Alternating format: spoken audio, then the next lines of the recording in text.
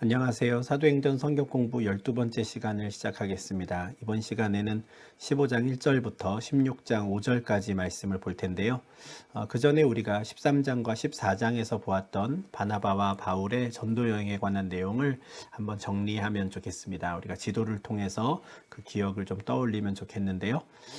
바나바와 바울은 최초의 이방인 교회였던 안디옥 교회의 파송을 받아서 이제는 공식적인 첫 번째 선교 사역을 시작하게 됩니다. 이들이 향한 첫 번째 사역지는 구브로 섬, 지금의 사이프로 섬인데요. 이곳에서 이들은 살라미와 바보라고 하는 두 지역에서 사역을 합니다. 바보에서 이제 배를 타고 건너간 곳은 버가라고 하는 지역입니다. 밤빌리아에 있는 이 버가라는 도시에서 이들은 복음을 처음 또 전하는데, 안타깝게도 이 버가에서 그들의 수행원으로 따라왔던 마가라 하는 요한이 그의 집인 예루살렘으로 돌아가는 일이 벌어졌습니다. 그 이유는 저희가 알 수 없지만 바울과 바나바 입장에서는 참 허전한 상황을 맞이하지 않았을까 싶습니다. 그렇지만 이 두 사람은 굴하지 않고 또 안디옥 교회가 자신들을 파송하고 또 성령께서 자신들에게 맡기신 사역을 계속해서 감당해 가는데요. 더 내륙 지역으로 들어가서요. 비시디아에 있는 안디옥에 가서 복음을 전하고 이후에도 이고니온, 루스드라, 또 더베까지 가며 계속해서 예수께서 그리스도이심을 증거합니다. 그런데 안디옥, 이고니온, 루스드라, 더베, 지금의 이 갈라디아 지역에서 이들이 복음을 전할 때는 참 만만치 않은 일들이 많이 있었습니다. 특히 각 도시에 있는 그 유대인들이 이들이 복음 전하는 것을 방해하였고 또 심지어 육체적인 박해, 핍박도 가하기도 했는데요. 어, 바울은 그들에게 돌에 맞아서 거의 뭐 죽기 일보 직전까지의 상태에 처하기도 했습니다. 아마 건강상의 이유일 수도 있고 아니면 원래부터 계획이 또 그러했을지도 모르겠지만 이들의 전도 사역, 선교 여행은 이제 더베까지 해서 마무리가 되고요.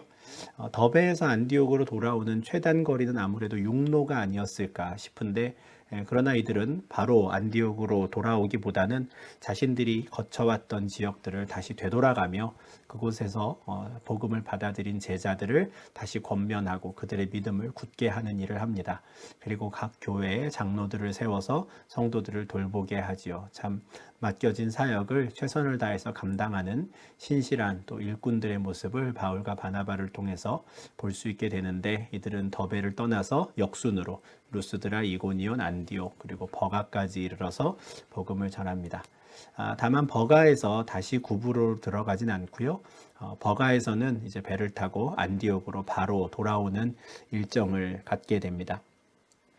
안디옥에 돌아온 이들은 14장 27절과 28절에 따르면 하나님께서 자신들과 함께 하셔서 어떤 일들을 하셨는지, 특별히 구브로와 또 갈라디아 지역에 있는 이방인들에게 하나님께서 어떤 일을 하시고 그들의 믿음의 문을 여셨다라는 사역 보고를 합니다. 아마 이 말을 들은 성도들은 굉장히 큰 기쁨과 또 은혜의 시간이 되지 않았을까 싶은데요.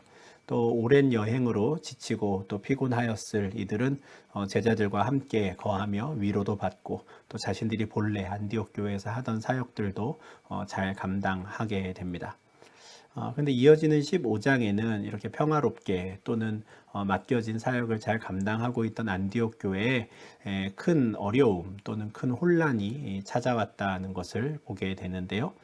1절에 이런 말씀이 있습니다. 어떤 사람들이 유대로부터 내려와서 형제들을 가르치되 너희가 모세의 법대로 할례를 받지 아니하면 능히 구원을 받지 못하리라 한 것입니다. 유대로부터, 아무래도 예루살렘으로부터 온 사람들일 텐데 어떤 사람들이 내려와서 형제들을 가르칩니다. 유대로부터 온 사람들, 아무래도 유대인일 가능성이 많은데 이 사람들이 안디옥 교회에 있는 형제들, 주로 이방인들이었던 그들을 가르칩니다. 그런데 가르치면서 이렇게 말하는 것이죠. 너희가 모세의 법대로 할례를 받지 않으면 능히 구원을 받지 못한다 하는 거예요.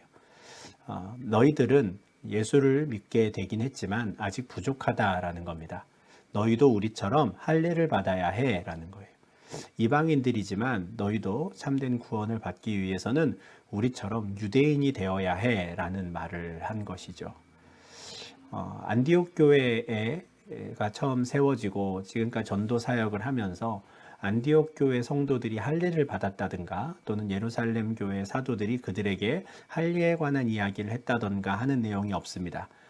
분명히 사도 바울과 또 바나바가 전도 여행을 할 때에도 할례에 대한 내용들을 이방인들에게 말하지는 않았던 것 같습니다. 만약에 그렇게 이야기를 했다면 갈라디아 지역에 있던 그 유대인들이 바울과 바나바를 그렇게 핍박하지는 않았을 겁니다. 분명 바울과 바나바는 할례 없는 오직 믿음으로 의롭게 되고 하나님의 은혜로 구원받는 그 참된 진리의 복음을 전하였을 텐데 유대로부터 온 사람들이 갑자기 할례를 받지 않으면 구원을 받지 못한다 하는 말을 하고 그것들을 형제들에게 가르치기 시작한 것이죠. 이 사람들에 대해서 갈라디아서 1장 7절 또 5장 10절을 보면 사도 바울이 어떤 사람들이 너희를 교란하고 있구나라고 말합니다. 그리고 그들은 너희를 요동하게 하는 자다라고 말해요. 물론 이 갈라디아 지역은 지금 안디옥 교회와는 다른 지역입니다. 그렇지만 갈라디아서만큼 이 유대주의자들, 다시 말해서 구원을 받기 위해서 할례가 필요하다라고 말했던 사람들이 왕성하게 활동했던 곳이 없기 때문에 갈라디아서에서 바울은 아주 강하게 그들을 책망합니다.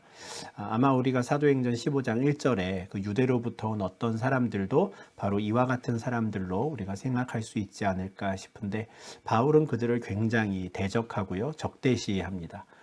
그들은 심판을 받을 것이다 라고까지 말합니다. 거짓 선생들로 단정하는 것이죠. 이들이 안디옥 교회를 찾아왔을 때에도 바울은 마찬가지의 태도를 보였던 것 같습니다. 그래서 15장 2절을 보면 바울 및 바나바와 그들 사이에 적지 않은 다툼과 변론이 일어납니다. 다툼과 변론, 뭔가 점잖은 느낌이 있지만 큰 싸움이 일어났다라는 정도로 생각하셔도 됩니다. 평화로웠던 안디옥 교회, 특별히 최초의 선교 사역을 잘 감당하고 은혜가 충만하였던 그 교회에 난데없이 갑자기 다툼과 변론이 일어나게 된 것이죠.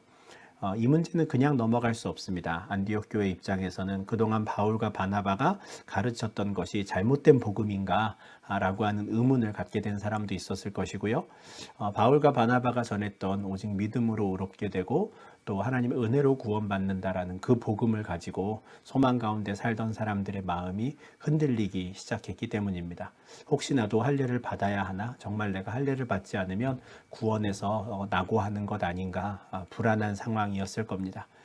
그래서 이 문제는 반드시 제대로 해결해야 했기 때문에 안디옥 교회 형제들은 바울과 바나바 그리고 몇 사람의 대표자들을 뽑아서 예루살렘으로 보내기로 작정합니다. 자신들을 찾아와서 자신들을 교란시킨 이 사람들이 유대로부터 온 사람들이니 정말 예루살렘에 있는 사도와 장로들에게 가서 확인을 한번 해보자 한 것이죠. 정말 할례를 받지 않으면 이방인들은 구원받을 수 없는 것인지 한번 물어보자 한 것입니다. 그리고 그 대표로 바울과 바나바가 또 가게 됩니다. 마치 이들은 앞서 13장에서 성령 하나님의 사역의 뜻을 쫓아서 전도 사역을 출발했을 때처럼 교회의 전송을 받아 이제 예루살렘으로 떠납니다. 그런데 3절을 보면 이들이 베니게와 사마리아로 다니며 이방인들이 주께 돌아온 일을 말하여 형제들을 다 크게 기쁘게 했다라고 말해요.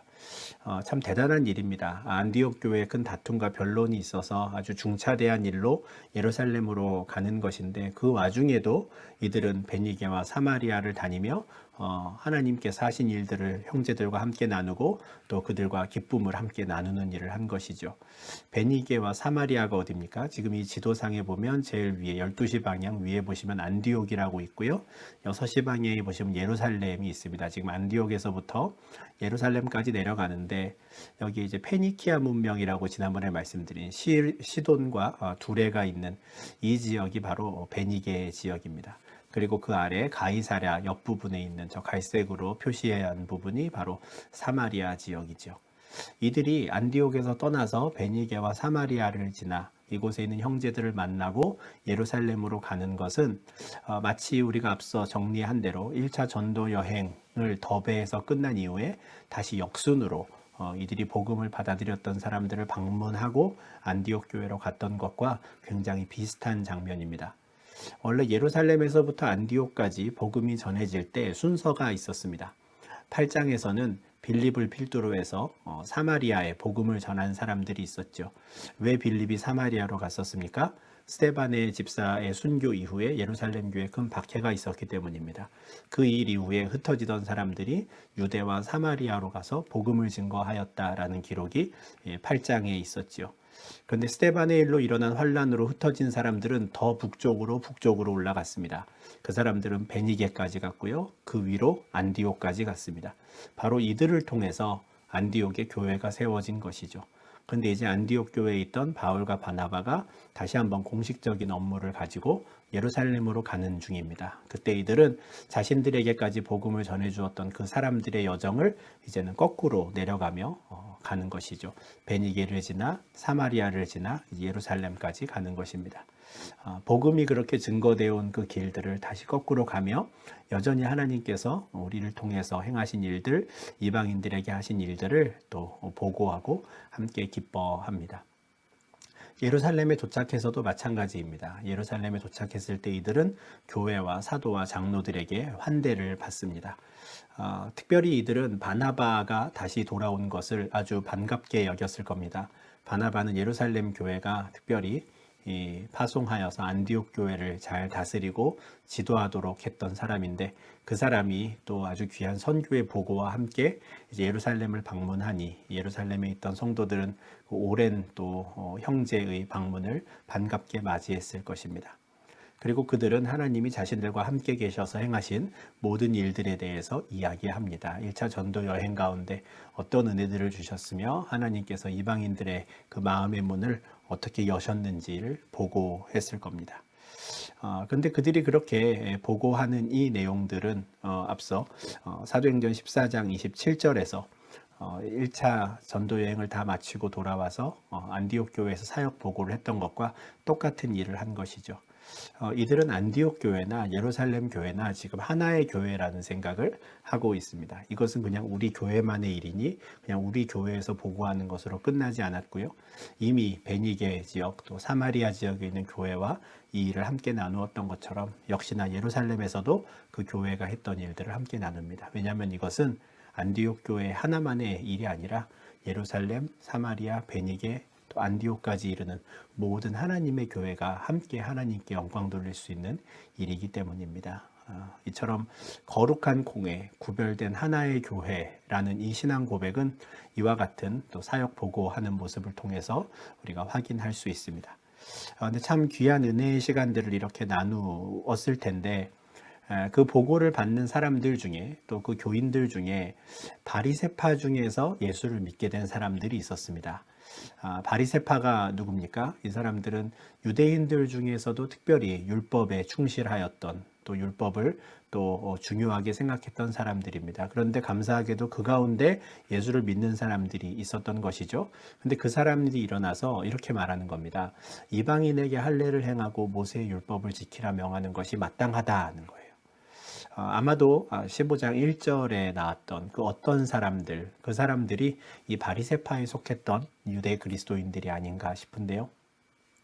이방인들에게도 할례를 행하라고 하고 모세의 율법을 지키라고 하는 게 맞다 하는 것이죠. 달리 말하면 가만히 당신들의 사역 보고를 들어보니 이방인들에게 예수 그리스도가 누구인지만 증거하고 믿음으로 모든 것이 되는 것처럼 말한 것 같은데 그것으로 안 된다라고 말하는 겁니다. 다시 가서 그들에게 할례를 가르치고 모세의 율법을 가르치는 게 마땅하다. 꼭 그렇게 해야 한다. 그래야 그들도 구원받을 수 있다라고 말하는 것이죠. 이 일로 인해서 예루살렘 교회 안에 큰 변론이 일어납니다. 6절과 7절에 따르면 사도와 장로들이 이 일을 의논하러 모이죠. 아마 대표자들이 특별히 모인 것입니다. 바리새파 중에서 믿게 된 이 형제들이 그 문제를 제기한 것도 있었겠지만 마침 안디옥 교회에서도 그와 같은 일이 있어서 우리가 여기를 방문하였습니다라고 바울과 바나바가 이야기했을 것이고요. 이것은 교회의 어떤 근간에 해당되는 것이기 때문에 중요한 결정을 내려야 했습니다. 사도와 장로들이 특별히 다 모였죠. 복음의 핵심을 어떻게 규정하고 어떤 복음을 전하고 가르칠 것인가를 결정해야 하는 것입니다. 아마 오랜 시간 동안 이들은 의논하고 토론한 것으로 보입니다. 그래서 많은 변론이 있은 후에라고 설명이 되지요. 많은 사람들이 각자 자신의 생각하는 바들을 이야기합니다. 심사숙고해야 하는 상황이죠. 이방인들에게도 할례를 말할 것인가? 이방인들도 모세 율법을 지켜야 하는 것인가? 그 여부를 결정해야 하니 신중했을 겁니다. 근데 많은 변론이 있은 후에 이제 베드로가 일어나서 이렇게 말합니다. 형제들아 너희도 알거니와 하나님 이방인들로 내 입에서 복음의 말씀을 들어 믿게 하시려고 오래전부터 너희 가운데서 나를 택하시지 않았느냐 거예요. 베드로가 일어나서 지금 이야기하는 이것, 하나님이 이방인들에게 복음을 전하려고 나를 택하신 일이 있지 않았느냐라는 것, 이것은 바로 고넬료의 집에 복음을 전했던 그 사건을 말합니다. 시간상으로 약 10년 전 정도로 추정이 되는데요. 이미 10년 전에 내가 이방인들에게 복음을 전한 적이 있었는데 너희들도 기억하지 않느냐라는 말입니다. 그때 그는 요바에서 기도하던 중에 환상을 보았고요. 하나님께서 속되다 하신 거룩하다 하신 것을 속되다 말하지 말라라고 하는 그 환상을 보았습니다. 그리고 그 이후에 가이사랴에 있는 고넬료의 집에 방문하여서 그에게 복음을 전한 적이 있었죠. 그때의 그 기억을 그는 이렇게 회상합니다. 마음을 아시는 하나님이 우리에게와 같이 그들에게도 성령을 주어 증언하시고 믿음으로 그들의 마음을 깨끗이 하사 그들이나 우리나 차별하지 않았었다라고 말해요. 8절과 9절에서 베드로가 말하는 핵심은 우리와 그들 사이에 차별하지 않으셨다는 겁니다. 우리는 누굽니까? 할례 받은 유대인들입니다. 그들은 누굽니까? 할례 받지 않은 이방인들입니다. 근데 하나님께서 성령을 주실 때에나 믿음으로 우리의 마음을 깨끗하게 하실 때에나 보면 할례 받은 우리나 할례 받지 않은 이방인들이나 차별하지 않고 똑같은 은혜를 주셨다는 거예요. 다시 말하면 그들이 우리가 받은 은혜를 받기 위해서 할례를 먼저 행해야 했거나 모세의 율법을 지키는 일들, 그 과정을 다 거친 이후에야 비로소 하나님이 성령을 주시거나 믿음으로 그들의 마음을 깨끗이 하신 게 아니었다는 겁니다. 베드로가 고넬료에게 복음을 전하러 갔을 때 고넬료의 반응, 또 자신이 복음을 전할 때 고넬료가 그것을 믿음으로 받아들이는 것들을 보며 그는 이렇게 고백한 적이 있었습니다. 10장 34절 35절 말씀인데요.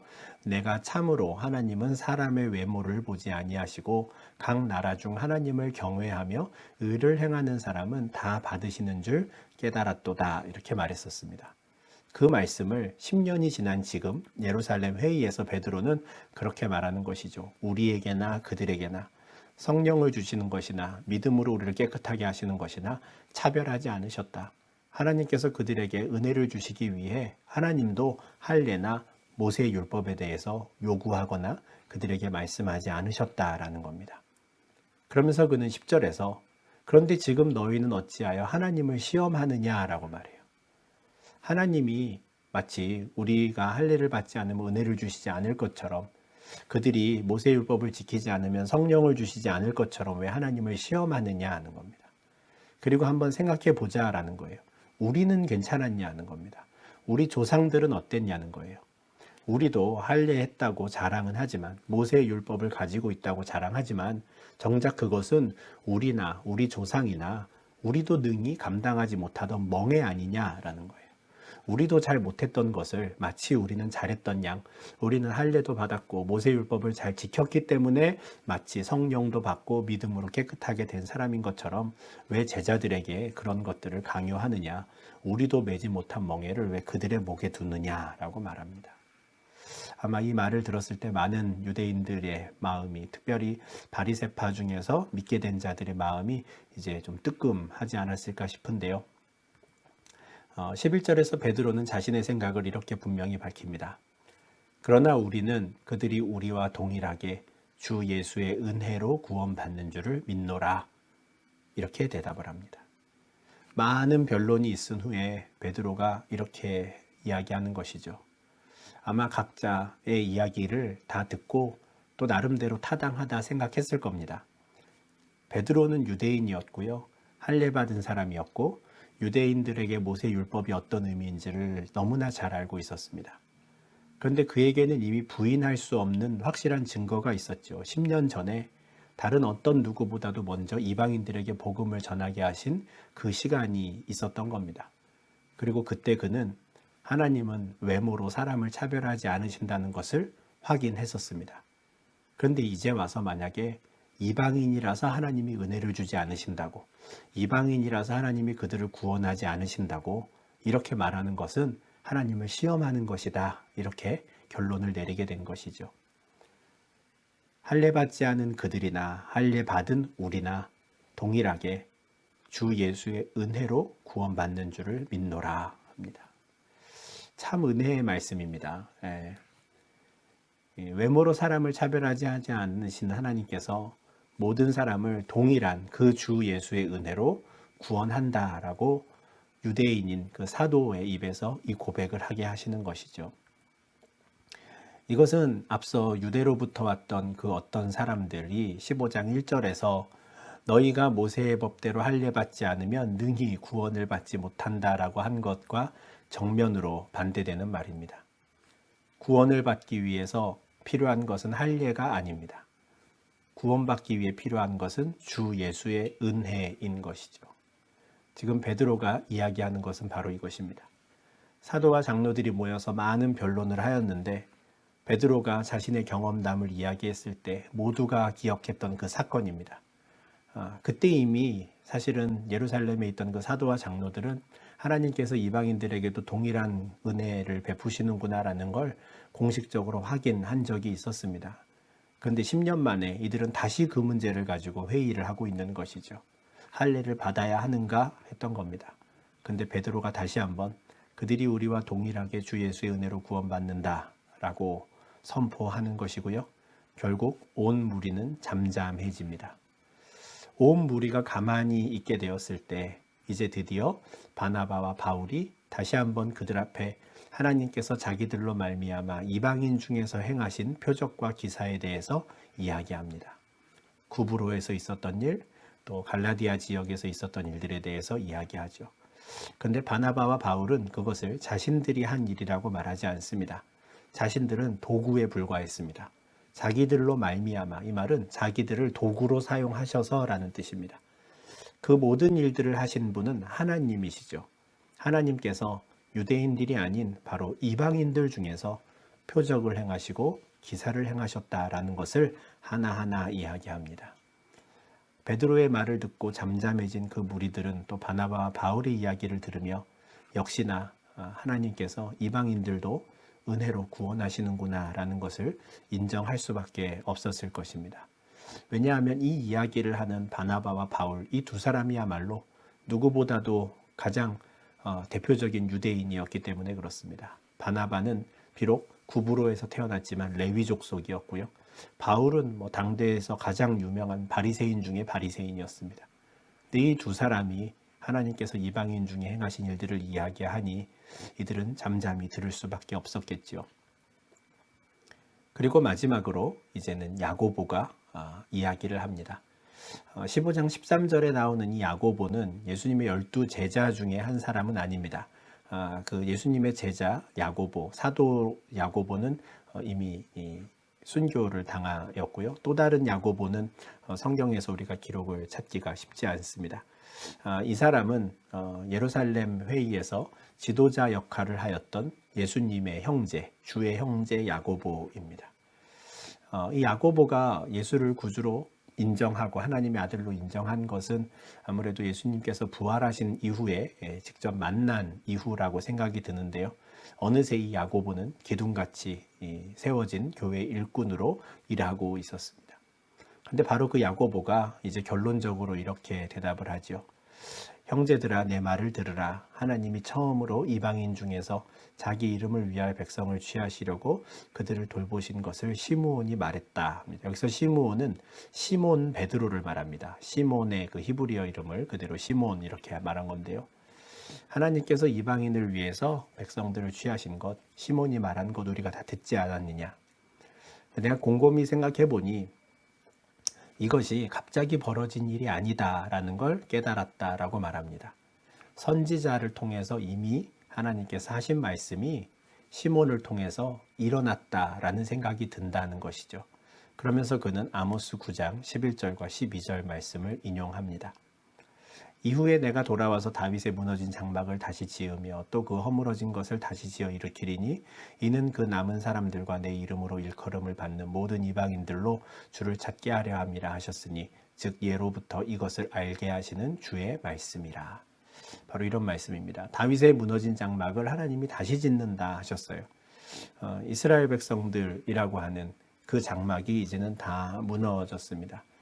그런데 그 무너진 장막을 다시 일으킬 때에는 하나님께서 남은 사람들, 유대인들 중에도 남은 자들, 아마 지금 예루살렘 회의를 하는 사도들과 장로들은 그것이 바로 자신들이다라고 생각했을 거예요. 유대인으로서 예수를 믿게 된 사람들이니까요. 그런데 그 남은 자들뿐 아니라 누가 또 있습니까? 내 이름으로 일컬음을 받는 모든 이방인들도 주를 찾게 하려 함이다 라고 아모스 선지자를 통해서 예언하신 말씀, 그 말씀이 바로 시몬을 통해서 바나바와 바울을 통해서 일어났다라고 이야기합니다. 다윗의 장막을 다시 일으키실 때에는 유대인들만이 아니라 모든 이방인들 중에도 주님의 이름으로 부르는 자들이 있을 것인데 이 말씀이 이제 성취되는 것 같다라고 결론을 내리는 것이죠. 그리고 그는 19절에서 이렇게 말합니다. 그러므로 내 의견에는 이방인 중에서 하나님께로 돌아오는 자들을 괴롭게 하지 않는 것이 좋겠다라고 합니다. 학자들은 여기서 말하는 내 의견에는 이 말은 내가 결론을 내리면 이라는 의미라고 이야기합니다. 그만큼 야고보에게 당시 그 회의에서 그 권한이 주어진 상태였다라고 보는 것이죠. 최종적인 결론을 야고보가 이렇게 내리는 겁니다. 이방인 중에서 하나님께로 돌아오는 자들을 괴롭히지 말자. 달리 말하면 무엇입니까? 우리도 능히 매지 못하던 그 멍에를 제자들에게 매게 하지 말자라는 거예요. 할례를 받아야 하고 모세의 율법을 지켜야 한다라고 말했던 자들이 있는데 그것을 이방인들에게 요구하지 않겠다라는 겁니다. 이 결정은 아주 중요한 결정이 됩니다. 만약에 이때 할례를 이방인들에게도 요구한다. 그리고 모세의 율법을 이방인들에게 지키게 한다라고 결정이 내려졌다면 지금까지도 이 결정은 유효한 결정이 되는 겁니다. 최초의 사도들과 장로들이 모여서 내린 결정이고 복음의 의미를 어떻게 규정할 것인가, 또 우리의 구원의 방식을 어떻게 규정하고 전할 것인가를 결정한 회의였기 때문입니다. 근데 이들은 구원의 문제를 이야기할 때 할례 그리고 모세의 율법을 가르치지 않기로 결정합니다. 그것은 그들을 괴롭게 할 뿐이다 라는 겁니다. 다만 예수를 믿은 이후에 그들의 삶에서 달라져야 하는 부분, 또 그들의 삶에서 그들의 주의해야 하는 부분에 대해서만 우리가 경고하는 것이 좋겠다라고 결정합니다. 그리고 그들에게 무엇을 권면하기로 하냐면 우상의 더러운 것과 음행과 목매어 죽인 것과 피를 멀리하자라고 편지하자라고 말해요. 우상의 더러운 것, 음행, 목매어 죽인 것, 피는 너희가 멀리하는 것이 좋겠다라는 것이죠. 이 결정은 두 가지를 담고 있습니다. 첫 번째는 할례와 모세 율법은 그들의 구원과 관계없다라는 것으로서 바울과 바나바가 전하였던 복음이 합당하다라는 것을 확인시켜 주고요.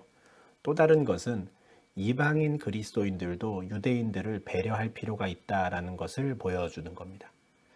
우상의 더러운 것, 음행, 목매어 죽인 것, 피를 멀리하는 것은 유대인 그리스도인들을 배려하기 위해 이방인들이 신경 써야 하는 부분이었습니다. 왜냐하면 매번 안식일마다 유대인들이 모이는 회당에서는 이 모세의 글을 읽었기 때문이죠. 모세의 글이라 하면 모세오경인데요. 특별히 레위기 17장과 18장에 있는 그 말씀들을 염두에 두고 지금 이 네 가지의 조항들을 권면하는 것 같습니다. 먼저 레위기 18장 3절에 보면 이런 말씀이 있습니다. 너희는 너희가 거주하던 애굽 땅의 풍속을 따르지 말며 내가 너희를 인도할 가나안 땅의 풍속과 규례도 행하지 말라라고 하세요. 그리고 이어지는 18장의 모든 내용은 음행과 관련된 내용들이 많이 있습니다. 음행에 대한 내용, 또 우상 숭배에 대한 내용들이 나오거든요. 이 글들이 매번 안식일마다 유대인들에게는 들려지는데 회당 밖에서 만나는 이방인 그리스도인들이 옛 습관을 버리지 못하고 여전히 우상 숭배를 하거나 또는 우상에게 제물로 바쳐졌던 고기를 아무런 생각 없이 먹거나 또는 과거의 습관을 버리지 못하고 우상 숭배 가운데 있는 그런 신전 창기와 어울리는 음행을 행한다든지 하는 것들을 계속한다면 그것은 유대인 그리스도인들을 시험에 들게 하는 일이 되는 것이죠. 그러니 우상의 더러운 것과 음행을 피하라라는 권면을 하는 것입니다.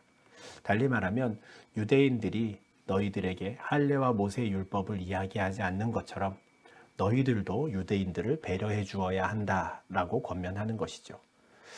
또 다른 두 가지도 마찬가지입니다. 목매어 죽인 것과 피는 음식과 관련되는 것인데요. 레위기 17장 14절에서 하나님께서는 모든 생물은 그 피가 생명과 일체이다 라고 하시고 그러니 어떤 육체의 피든지 먹지 말라라고 하십니다. 피를 멀리하는 것은 이런 의미이고 목매어 죽인 것은 그 고기로부터 피를 완전히 제하지 않고 먹는 방법입니다. 목을 메어 죽이니 피가 시체 밖으로 나오지 않는 것이죠. 그래서 고기 자체에 육질을 더하기 위해서 이제 그렇게 죽이는 방법들이 있었는데 그렇게 죽인 고기들은 먹지 말아달라라고 부탁하는 겁니다. 왜냐하면 그렇게 피째 고기를 먹는 것을 보고 유대인들이 혹시 시험에 들 수 있으니 또 배려해 달라라는 것이죠. 참 지혜로운 결정이라고 생각이 듭니다.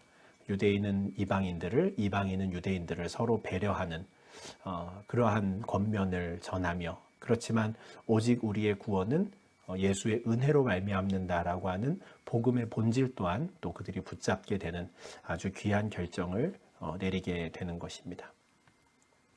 이렇게 내려진 결정은 이제 공식적인 교회의 이름으로 이제 각 지역 교회로 선포되게 됩니다. 22절 이하에서는 이렇게 결정된 예루살렘 교회의 내용이 결정사항이 이제 편지로 어떻게 전달되었는지가 나오는데요. 이 내용도 굉장히 공식적인 움직임을 보입니다. 회의를 하였던 사도와 장로들 그리고 온 예루살렘 교회는 자신들이 결정한 내용을 각 교회에 전달할 대사들을 뽑습니다. 아주 믿을 만한 사람을 뽑아야겠죠. 당연히 안디옥에서 온 바울과 바나바는 이제 안디옥으로 돌아갈 텐데 그들과 함께 예루살렘 교회에 있던 사람들 중에서 바사바라 하는 유다와 실라 이 두 사람을 함께 보내기로 한 것입니다. 이 두 사람을 선택한 것도 굉장히 지혜로운 것 같습니다. 바사바라 하는 유다는 이름으로 보아서 유대인으로 보이고요. 실라는 나중에 실루아노라고 하는데 헬라인일 가능성이 높습니다. 그러니 역시 이것도 유대인 한 사람, 이방인 한 사람을 대표자로 뽑아서 보내는 것이죠. 바사바라 하는 유다라는 이 이름은 1장 23절에서 가룟 유다의 자리를 대신하여서 사도 한 사람을 세우려고 사도들이 이제 모였을 때 두 사람의 후보가 있었습니다. 한 사람은 바사바라고도 하고 별명은 유스도라고 하는 요셉이라는 사람이고요. 또 다른 사람은 마띠아였죠. 이 중에 제비를 뽑아서 이제 마띠아가 12사도의 수에 가입하게 되는데요. 여기에 나오는 이 바사바라고도 하는 이 요셉, 이 사람이 앞서 나왔던 바사바라 하는 유다의 형제가 아닌가 싶습니다. 아마 이 가족이 굉장히 신실하게 예루살렘 교회를 섬기는 일꾼이었던 것 같은데요. 그 바사바라는 유다가 가게 되는 것이고요. 실라는 말씀드린 대로 데살로니가 전후서에서 이제 실루아노라는 이름으로 등장합니다. 이 사람은 바울과 디모데와 함께 2차 전도 여행을 계속 열심히 다녔던 사람인데요. 이 두 사람이 이제 안디옥 교회를 가서 예루살렘 교회가 결정한 내용을 이제 전달하게 되는 겁니다. 이런 공식적인 움직임은 안디옥 교회에 있었던 큰 다툼과 변론을 단번에 이제는 좀 잠잠하게 만들 수 있는 아주 중요한 움직임입니다. 그냥 바울과 바나바나만 보내가지고는 또 다른 엉뚱한 이야기들이 나올 수 있으니 예루살렘 교회의 대표자로 유다와 실라를 함께 보내게 되는 것이죠. 그 사람들은 이제 가서 유대로부터 온 어떤 사람들이 일으켰던 안디옥 교회의 그 다툼과 변론을 이제 잠잠하게 하는 역할을 하게 될 것입니다. 그 편지의 내용은 이렇습니다. 사도와 장로된 형제들은 안디옥과 수리아와 길리기아에 있는 이방인 형제들에게 문안하노라. 이렇게 아주 공식적인 형식입니다. 예루살렘 교회에 있는 사도와 장로들의 이름으로 편지가 가는데 안디옥 교회 한 교회만을 위한 편지가 아닙니다. 수리아와 길리기아에 있는 모든 이방인 형제들에게 가는 편지이지요. 위치를 보면 이렇습니다. 저기 지금 안디옥이 있고요. 안디옥을 중심으로 그 주변 지역이 지금의 시리아, 성경에는 수리아라고 하는 지역이고요. 그리고 바울의 고향이 있는 저 다소 지역, 저기가 바로 길리기아입니다. 그러니까 안디옥 인근에 있는 모든 이방인 교회들을 향한 편지가 되는 것이죠. 편지의 내용 중에 이런 표현이 있습니다. 우리가 들은즉 우리 가운데서 어떤 사람들이 우리의 지시도 없이 나가서 말로 너희를 괴롭게 하고 마음을 혼란하게 한다 하기로 해요. 유대로부터 온 어떤 사람들인데 그 사람들이 우리가 보내서 간 사람이 아니다라는 것을 분명히 합니다. 그들의 관계를 끊어버리는 것이죠. 어쩌면 그들은 안디옥 교회에서 우리는 예루살렘 교회의 사도들로부터 보냄을 받은 사람이다라고 말했을 수도 있고요. 아니면 내가 사도들 중에 누구를 잘 안다라고 설명했을 수도 있습니다. 그러나 예루살렘 교회 사도들과 장로들은 그들은 우리와 관계없는 사람이다라고 분명히 하는 것이죠. 그들은 우리의 지시도 없이 나간 사람들이고 그 사람들이 너희를 괴롭게 하고 마음을 혼란하게 한다고 들었는데 그래서 우리가 이 편지를 보낸다는 거예요. 그러면서 특별히 이들은 바나바와 바울에 대해서 이렇게 표현합니다. 우리 주 예수 그리스도의 이름을 위하여 생명을 아끼지 않는 자, 그리고 이들은 우리가 사랑하는 자 이렇게 말해요. 앞서 유대로부터 온 그 사람들은 우리와 관계없는 사람인데 바나바와 바울은 우리가 사랑하는 자이고 이들이야말로 예수 그리스도의 이름을 위하여 생명을 아끼지 않는 하나님의 백성이다라는 것이죠. 이 다툼과 혼란 가운데 누구에게 힘을 실어주는 것입니까? 바나바와 바울에게 힘을 실어주는 것이죠. 더군다나 이것은 만장일치로 결정된 것이다 라고 그래요. 예루살렘 교회의 사도나 장로들이나 우리 모두가 한마음으로 바나바와 바울이 전하는 그 복음, 그 가르침이 옳다는 것을 우리가 안다 라고 말하는 것이죠. 그리고 이것은 그냥 편지로만이 아니라 유다와 실라가 직접 너희에게 가서 우리의 입장이 어떠한지를 알려준다라는 겁니다. 참 다행스러운 일입니다. 그 안디옥 교회에 있었던 다툼과 혼란이 이 편지 그리고 유다와 실라를 통해서 이제는 잘 해결될 수 있을 것 같습니다. 이어지는 28절과 29절을 보면 역시나 또 다른 중요한 결정에 대해서 지금 이야기를 합니다. 성령과 우리는 이 요긴한 것들 외에는 아무 짐도 너희에게 지우지 아니하는 것이 옳은 줄 알았노니 우상의 제물과 피와 목매어 죽인 것과 음행을 멀리할지니라 이에 스스로 삼가면 잘되리라 평안함을 원하노라 이렇게 쓰는 것이죠. 사도와 장로들은 자신들이 만장일치로 결정한 이 결정이 자신들만의 결정이라고 말하지 않습니다. 이것은 성령과 우리가 함께 내린 결정. 다시 말해서 이 교회의 결정에 성령께서 함께 하셨다.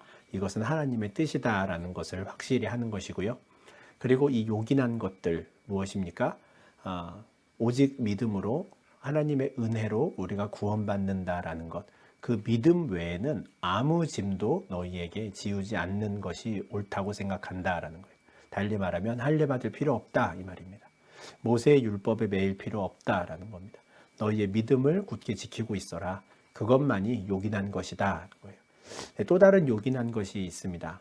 말씀드린 우상의 제물, 피, 목매어 죽인 것, 음행을 멀리하는 것이죠. 그러나 이것도 엄밀히 말하면 구원의 문제와 직접적으로 연관되느냐? 그렇지 않은 겁니다. 구원의 문제에 있어서 이들은 이제 자유합니다. 주 예수의 은혜로 이들은 구원받은 자들이죠. 그래서 스스로 삼가기를 바란다라고 말해요. 스스로 삼간다라는 것은 이들이 유대 그리스도인들에 대한 배려로 유대 그리스도인들을 사랑하는 마음으로 기꺼이 우상의 제물을 멀리하고 목매어 죽인 것, 음행, 피를 멀리함으로써 우리가 하나님을 믿는 자들로서 우리가 유대 그리스도인들을 이렇게 배려하고 사랑합니다라는 것을 드러내 주길 바란다라는 뜻이에요. 그러면 너희에게 있던 다툼과 변론이 잠잠해지고 다 잘 될 것이라고 기대한다라는 것이죠. 유대인은 이방인을 배려하고 이방인은 유대인을 배려하는 것, 우리나 그들이나 동일한 하나님의 은혜를 받은 자다라는 것을 꼭 기억하고 그것을 이렇게 드러내 달라라고 부탁하는 것이죠. 바울과 실라 그리고 바나바, 유다 이 네 사람에게 이렇게 작성한 편지를 써서 이들은 안디옥으로 보내게 됩니다. 안디옥에 도착한 이들은 그 교회 성도들을 다 불러 모아서 편지를 읽어주죠. 이 말을 들을 때 이들이 얼마나 기뻤을지 참 상상이 됩니다. 그죠? 예, 정말 우리가 참된 복음 가운데 잘 서 있었구나라는 것을 알고 기쁨이 있었을 겁니다. 성령 하나님의 사역은 언제나 이처럼 기쁨이 있게 하는데요. 안디옥 교회에 그런 일들이 있었습니다. 사도들이 기대했던 것처럼 유다와 실라는 계속해서 편지를 읽어주는 것에 그치지 않고 그 안디옥 교회는 형제들을 또 말로 권면하고 굳게 하는 일을 하는데요. 32절에는 유다와 실라도 선지자다라고 이야기합니다.